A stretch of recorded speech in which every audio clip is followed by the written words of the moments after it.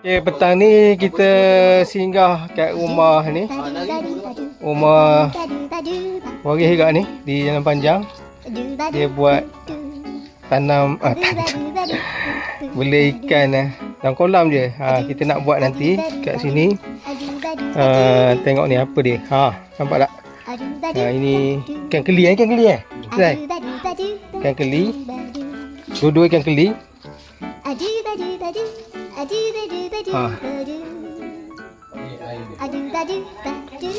Alright, so kita tengok macam mana nanti. Ini simple, salah satu daripada cara kolam dia buat. So dia beli pipe macam ni, PVC, dan bawah dia kemah. Untuk jimat kau peringkat awal,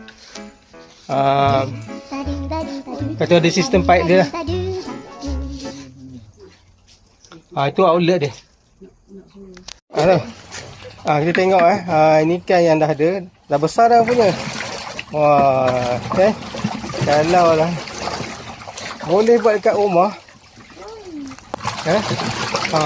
Tengok. Ini ada. Ini ikan dia.